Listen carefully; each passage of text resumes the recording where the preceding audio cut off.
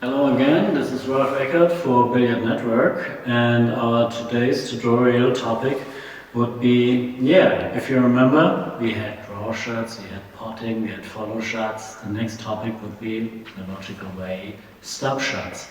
But not only stop shots, we try to make a differentiation. There's not only pure stop shots, there's also something like called follow stun, replacement, backslide, but you shouldn't care too much about the names from those different shots. We just have to look how they look like, and you can name it however you like to. And but let's start, of course, with the drill. So this drill, for example, there's no documentation necessary, because then you would need a referee, right, to say this is a stop shot, okay, this is a replacement, this is that. And so we don't have a referee always available. So this is just a pure training session. Yeah, you train until you are personally satisfied with your result. And I try to give you also some, let's say, some proposals of the tolerance you should give yourself. But just start now with a stop shot, okay? You can do this with ball in hand. You see, we got 4 balls here, 4 balls over there, and 4 in the middle. But the basic thing is, I want to start with a stop shot, and it's a training session, so you do this until you get a perfect stop shot. Right? So this was a bad example because it was quite perfect, but usually it takes a little time. For example, right? I give you another one. Okay, another good stop shot. So you should give yourself no tolerance on the stop shot. Practice until you get a perfect stop shot, and there's a certain reason for it. And I will tell you that reason also later on. So this can take a while until you're satisfied, and then you go for the next ball, and the next ball would be a replacement, a follow stun, and a backslide, so that we can make the difference. But let's have a look at the shots. Okay, this is maybe not a perfect example of a replacement, but you give yourself a little tolerance, like if the object ball was here, right, then it should be like a half ball size tolerance, okay? So if the object ball was there, then you have like a half ball size tolerance. You should give you the tolerance. You don't have a tolerance at a stop shot, but at the replacement, because the cue ball is moving, it has to move to each position, we need to give it some tolerance, right? And I would propose like a half ball size to the left, right, up and back side, okay? So this is perfect, and from here to there, to the left and right also. So otherwise it might take forever if you want to go for a perfect one, but you are free to try, of course. But once this is done, you go for the next one, and this would be so-called follow stun. You can also call it different, like power stop shot, or I don't know. Like I said, you can give it different names, but it's just about making the difference between stop shot, replacement, and now comes a follow stun, and I give myself like 2 ball sizes behind the object ball as tolerance, right?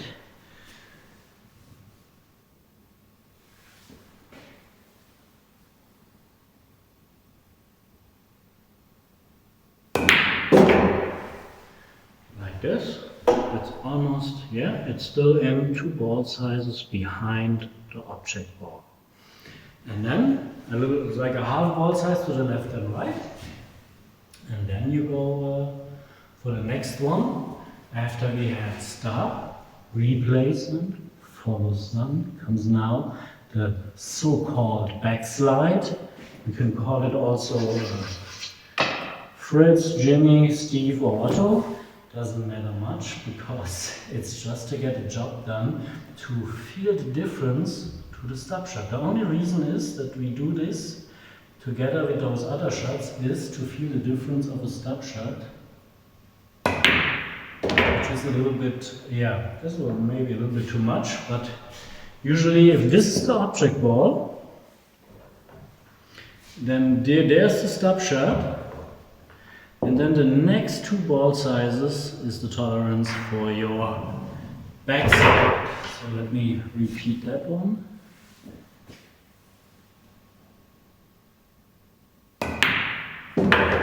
Just the ball size backwards. The only reason we do that is to feel the difference or practice the difference to the stop shot, and so that we can develop the feeling to see and shoot the differences between stop, replace, follow stunt, backslide.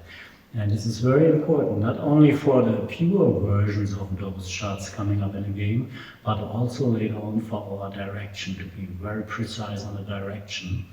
But yeah, let's watch some other examples as well.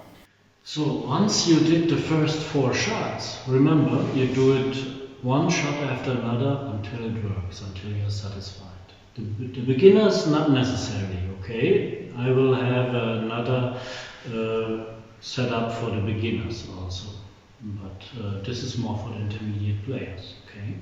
So, and after you're successful with the first 4 shots, you just repeat with the next 4 shots and with the next 4 shots. So it's just a setup to make it like 12 shots a day, or you can of course double it or triple it, depends on your goals and intensiveness. But for me it gives now the opportunity to explain a little bit more about it also. So when we repeat again with the stop shot, we start again with the stop shot, and then it's, yeah, you see, not good, because it didn't stop perfectly. So then you repeat it again until it's perfect. Why? Why do you repeat it again until it's perfect? Why isn't it, if you, let's say you have the ball over here, okay? Why is it, I mean, it's perfect, but when it's like this, or like this, or this, why it's not okay to tolerate? I mean, in a game, the situation gives you the tolerance, right? So if the next ball lies there, it doesn't make a difference if it's here or there. That's natural. In a practice, you give yourself the tolerance. And one important thing is why you should give yourself not too much tolerance is, imagine, there are some players, they say they can act or play very good under pressure, right? And actually it's not true. Nobody plays good under pressure. The art is either way to don't come into pressure situation, to avoid pressure, so you feel, even though there must be pressure, it's a final ball, and you're supposed to feel pressure. Some players just don't, right? They just enjoy themselves. So this is one art, or the other art is you feel pressure, sometimes you can't avoid it, right? And under pressure, they say you have only 60-70% of your abilities left. So this means if somebody can still play good under pressure, he is just working with the 60-70% of his ability which is left. And this is sometimes good enough to survive, to run out the actual table, maybe the remaining 5, 6, 7 balls, right? And just imagine if you give yourself this kind of tolerance, right? It might be okay in training, but if you think about under pressure, 60 or 70% of your ability is left only, then it's dead suddenly, right? So that's good enough to miss the whole ball. But if you, in training, if you give yourself 0 tolerance, under pressure, 60-70% is left of your ability, that's still like that. And this is usually enough to make the ball and survive with a given position. So that's why we don't need a referee. That's why you are your own best referee, right? To judge it right and do it until you think you are satisfied with the perfect stop shot.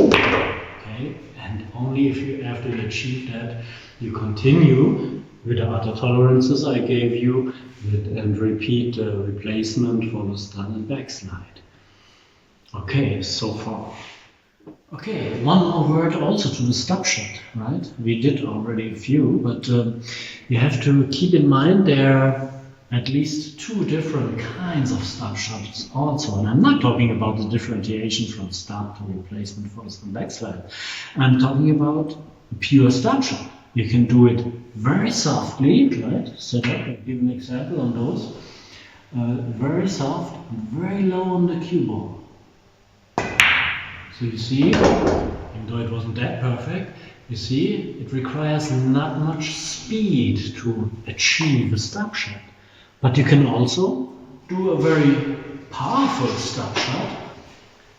If you like to, you know, but then I cannot aim that low, I just go more like almost in the center and then, see, very hard, it didn't stop because I didn't aim, so perfect, let's try again, so like this.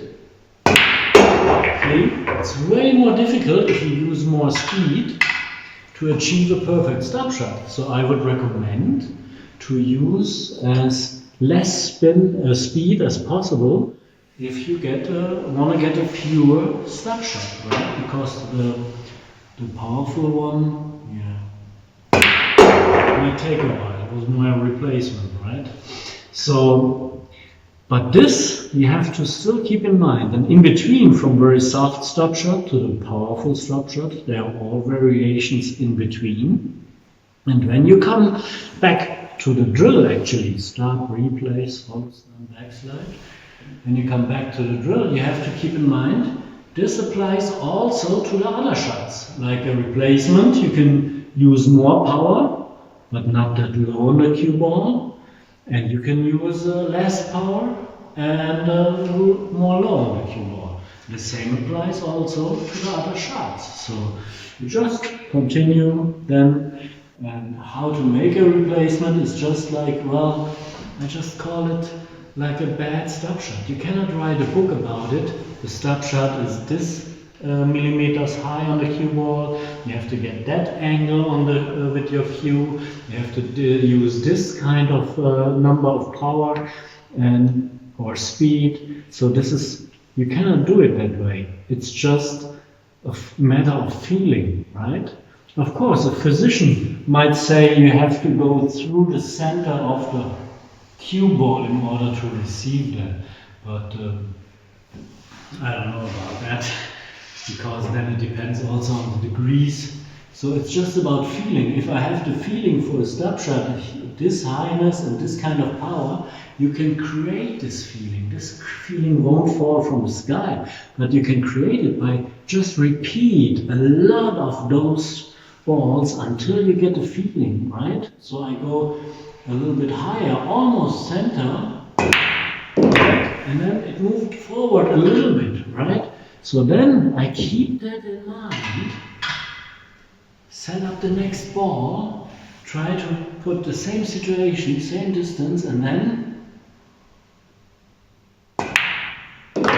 just a little bit softer, right? Or if I use stronger, more power, then I have to go higher. So you have to, this feeling will come along after a while, okay? And then you just go along and you cannot really see how many millimeters you have to go higher now from the replacement to the follow stun. It's a matter of feeling after a while, right? See, stop shot again. So I have to repeat that also. Well,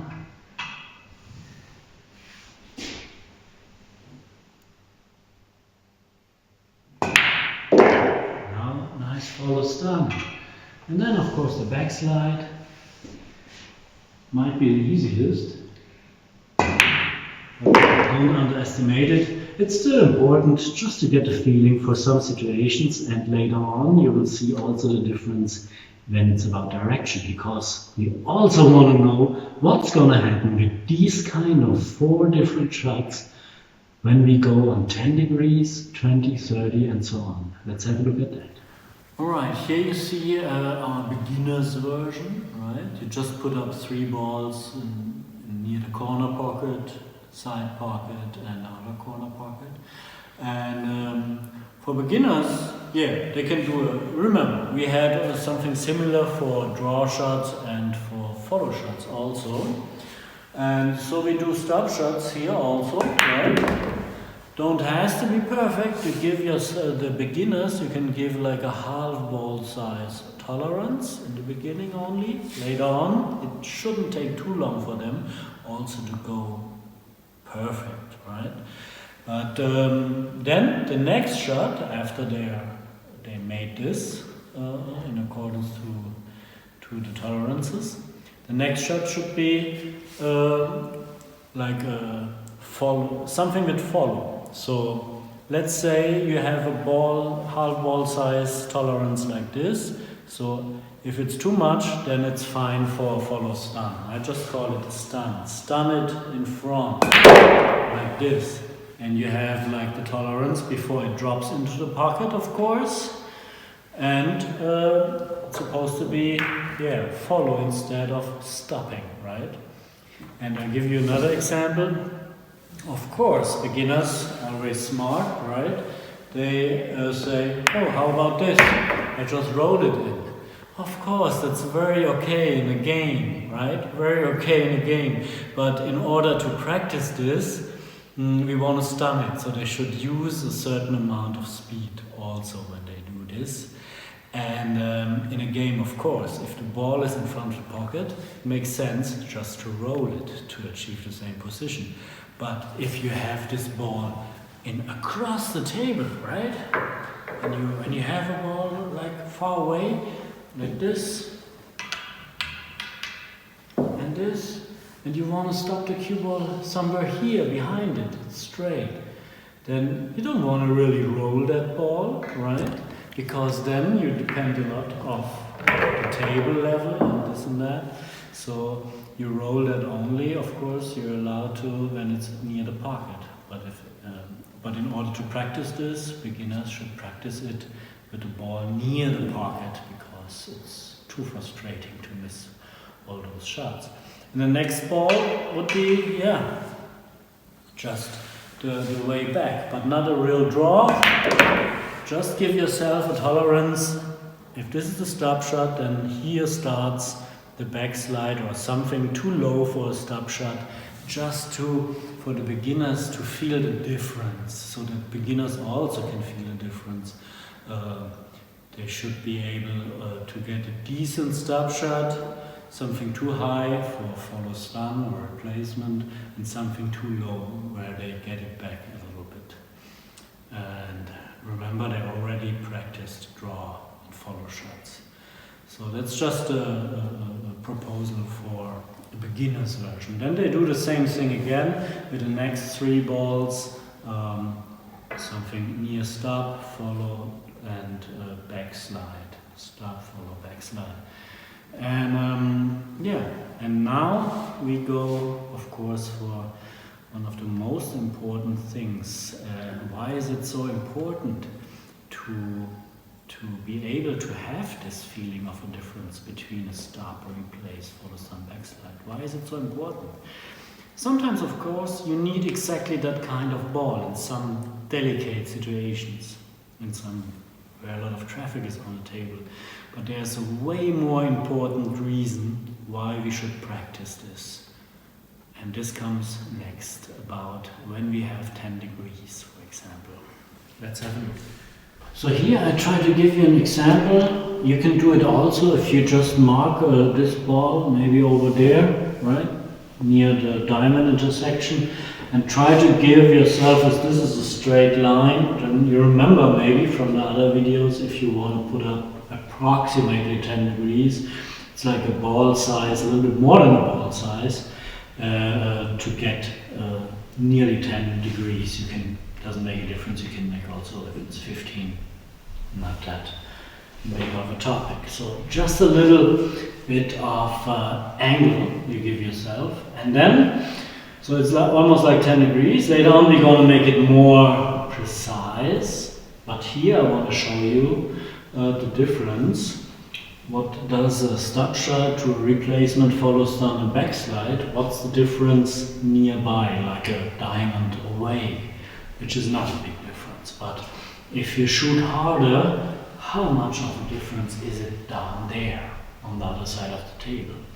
First, of course, if you maybe mark one like that, right? So this is, yeah, the beginner might be an aiming spot for the beginner, but or the ghost ball, center of ghost ball. Then if we hit there exactly, let's say, then you take 90 degrees from that line. They call it tangent line, right? Tangent line where they kiss each other, and parallel to that, you see, tangent line, parallel to that is the stop shot line. So that's near there, okay? So that's when you play a stop shot, and kind of soft. And remember the soft stop shot, right? Oh, this was a good replacement. Let me repeat that. Stop shot. See, it comes approximately here. And then you just do it again. And now, if you practice before all those differences between start, replace, follow stun, backslide, if you practice that, then you have the feeling for it. And then, if you don't want to hit there, maybe there's a ball in the way or so, but you want to hit there, then you can just play it like a replacement, okay? Replacement. Maybe it was too much over here. Yeah, like a replacement. A replacement would be approximately here then. Right? And if you play it like a follow stun, it would be like this, right? Approximately. Stop, replace, follow stun. And anything possible in between. It's just a matter of a feel, right? And the backslide naturally must be somewhere behind the stop shot, right? Remember, you practiced it a lot, okay? Just closer to the stop shot. So a little bit more draw. Yeah. Then you have to backslide like this. So the difference between stop shot, replace, follow stun, backslide, approximately, is like, yeah, like this, almost a full diamond by one diamond difference. But if you shoot that harder, and remember, you can shoot stop shots very soft, low, or harder, higher. And then you can do also a stop shot with this kind of angle. You can still reach the other half of the table, right? So let's have a look at this as well and see the difference over there. Okay, to give you an example here now, here you saw the differences, right? Between start, replacement, follow stun, backslide. And they're of course not points, but zones, okay? Anywhere here is the stop shot zone, the replacement zone, and so on. So don't be too picky over there. But yeah, so you have to see it if we have to play position, for example, on the other side of the table. Let's say the 9 ball is over there, right? And some accordance ball for 9 ball is over there. And then you have to play position. Of course, you can still play the usual way. Maybe some players like it high right? Hitting there with some right side spin to get down there. Sometimes dangerous with the pocket, right? But you can still also play like a low left, powerful low left. Oops. I didn't aim at this one.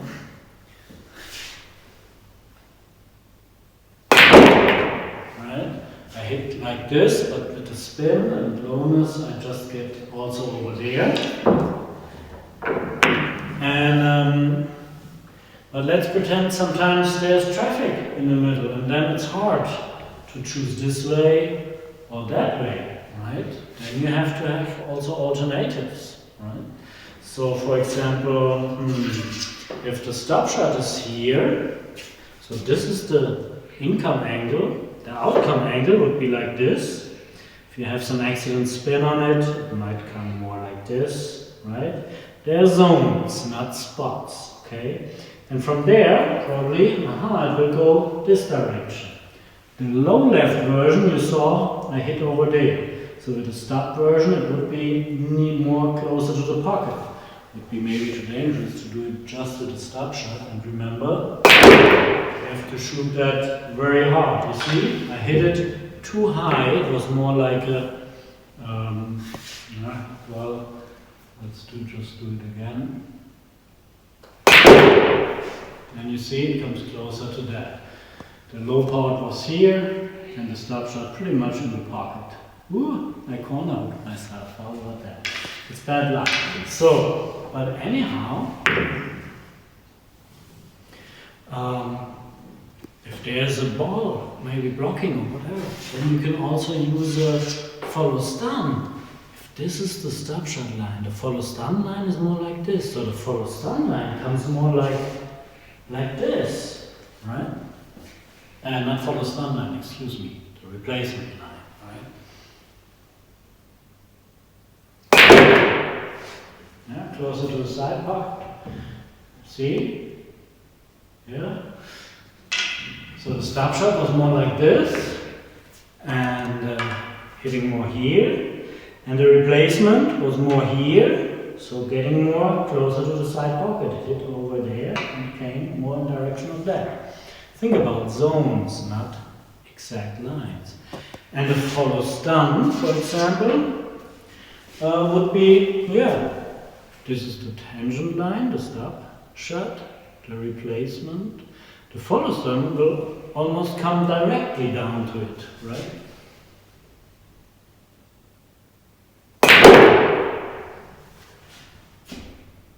Maybe in the corner, huh?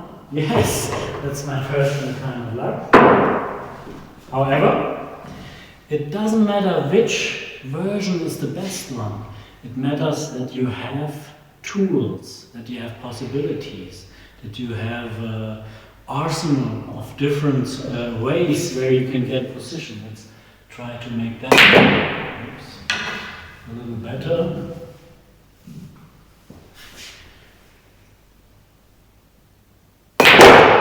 It's hard to aim when you do a tutorial, isn't it? But I'm pretty consistent, don't you? How about that? Okay. And then don't forget the backslide. The backslide would be closer to the draw we had over there, but it wouldn't make sense actually because you lose a lot of speed, and to help out with that, it would need some. Everybody would play with some left side spin, but only without so much spin, it would end up like this. Yeah, in that zone, let's say from here to there, right? So the draw shot would end up like this, the backslide like this, the stop shot more like this, the replacement here, the follow stun over there. Then you see, here we have a difference of this, like almost a full diamond. And on the other side of the table, the difference between a stop, replace, follow stun, backslide can be almost 2 meters. So that's what I want to try to tell you. If you practice those shots on a straight line, it gives you a lot of power, especially in rotational games. Okay, we transferred the situation we had just here to a straight situation to a side pocket. So we know from a straight shot, stop shot, replace, follow stun, backslide. And now we want to know what's going to happen if we go for 10 degrees, right? 10 degrees, you know already from further tutorials, it's like a little bit more than a ball size. So if you have like this, the cue ball, and here was a straight shot, you see, if you have this distance and here is a diamond, then you have approximately 10 degrees. You don't have to be too picky around here, because if you cheat a pocket a little bit here or there, then you can make out of 10 degrees, you can still make 5 or 15 degrees out of it. But to give you an idea, it's a very important point about the direction, you know. We had in previous tutorials the follow shot and the draw shot. In the follow shot from 10 degrees, we're going over there in the direction of this diamond, and the draw shot closer to that diamond. So now we know also, okay, the stop shot goes along the tangent line, right? And here you can see also the matter of the two differences of a stop shot. I showed you a stop shot where you play very low with less speed, right? And you can play also a powerful stop shot, but then you can't aim that low on the cue ball, you go more in the center. So this is here, maybe if you shoot that ball with a soft speed, stop shot, soft speed. See, it goes in direction of the tangent line, but not that far. And if you play it more powerful, of course, the same stop shot, just a little bit more powerful medium speed, then you get it also exactly there, just with a medium speed. And you do the same thing with more power, and it will come back out, of course, but then you get also maybe way more difficult, because if you have use more power, you lose the accuracy. And maybe some unwanted spin will take action after the rail contact. So now we are curious to see, okay, if the stop shot goes there, where does our replacement or follow stun goes when we play from 10 degrees? It could be a situation, maybe 8 ball is over there, right? And maybe some ball is in between here, like this. So the stop shot line is occupied, so you can still follow it over there. Maybe this is also occupied, right? Then you play like a replacement. And you know how to play a replacement just because you practice it a lot on the straight situation. You see, if you have that in feeling, it's never a point, it's always a zone. Then you get near that diamond. And the same thing can be, let's say, you can say also, okay, if this is blocked maybe, and this is also still blocked, and then you get with the follow stun, you get closer to the pocket. Okay, of course, scratch, danger of scratch, but I play like a follow stun. Still a replacement. Let me repeat that. You don't mind if I scratch now, okay?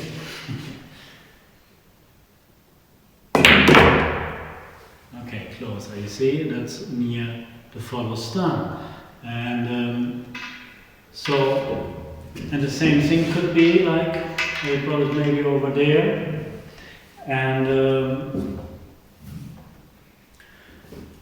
you don't want to shoot this direction, right, to get position, you prefer to go there.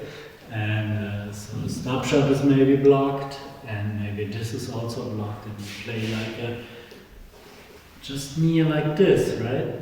Then you come near that diamond, and it will be like a backslide, and we know how to play that, right? Just a little bit more than a stop shot, right? Approximately.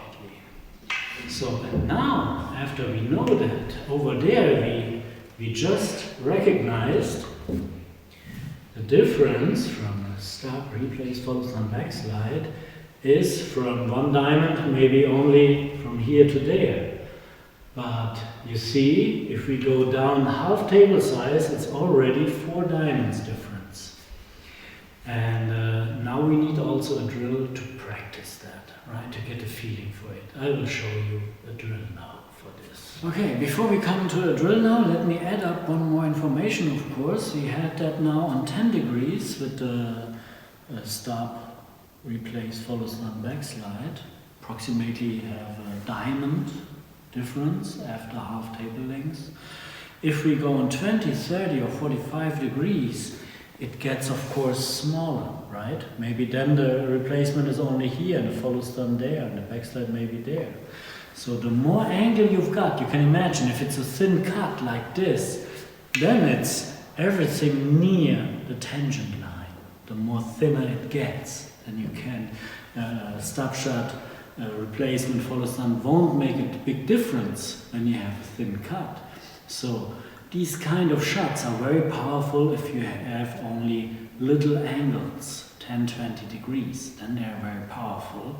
And on the other angles, when you have more speed on the cue ball, then of course it's more powerful to spin, right? Because then you easily touch the next rail and then spin makes a difference, but this is another tutorial maybe.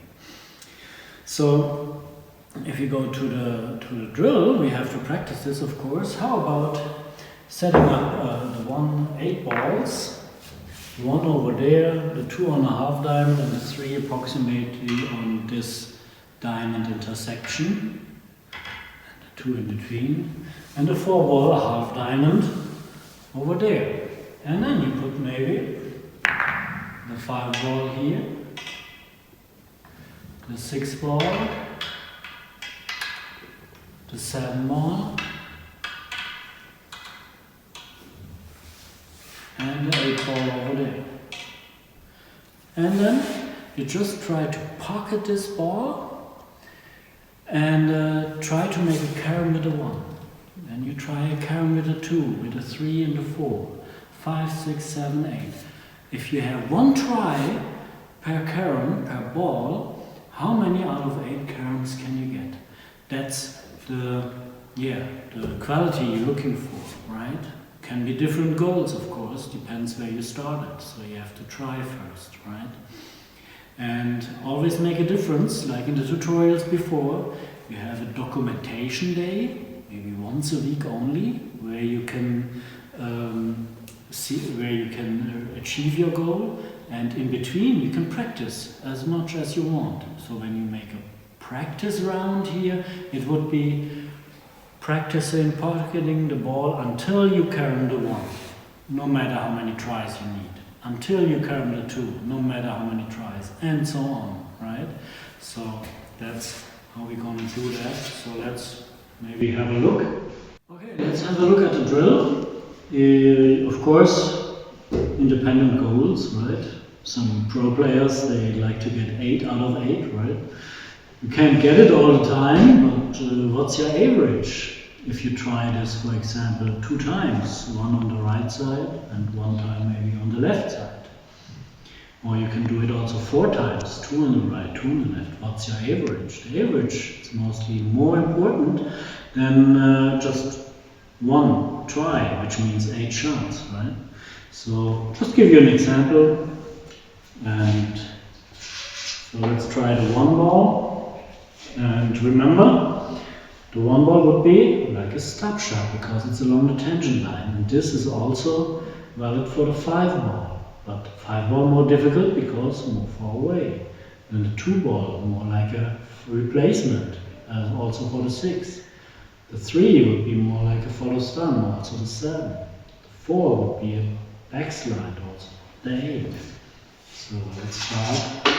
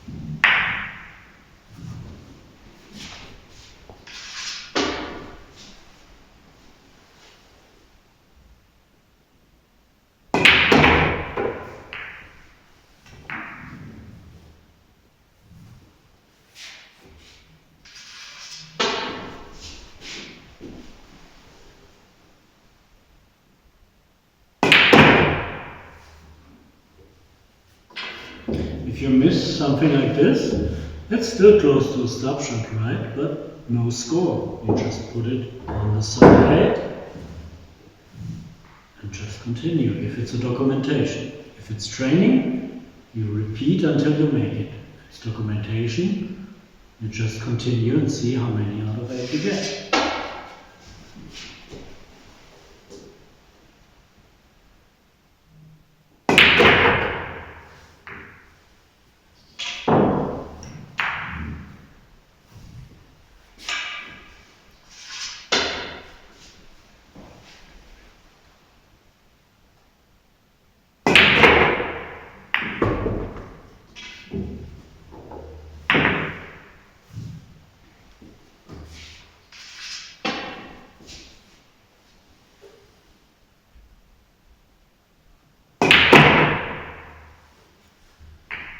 Okay, so that's 7 out of 8. Pretty okay score, I would say so. If you try that, you should try also. And of course, it's up to you how high you set your goal. But of course, I made 7, so don't shoot higher than that, okay? So that's what I try to do in this tutorial. I want to show you the importance of the stop shot differentiations, and its importance to the direction. And so, thank you very much for watching, for listening. This was Ralph Eckert for Billiard Network.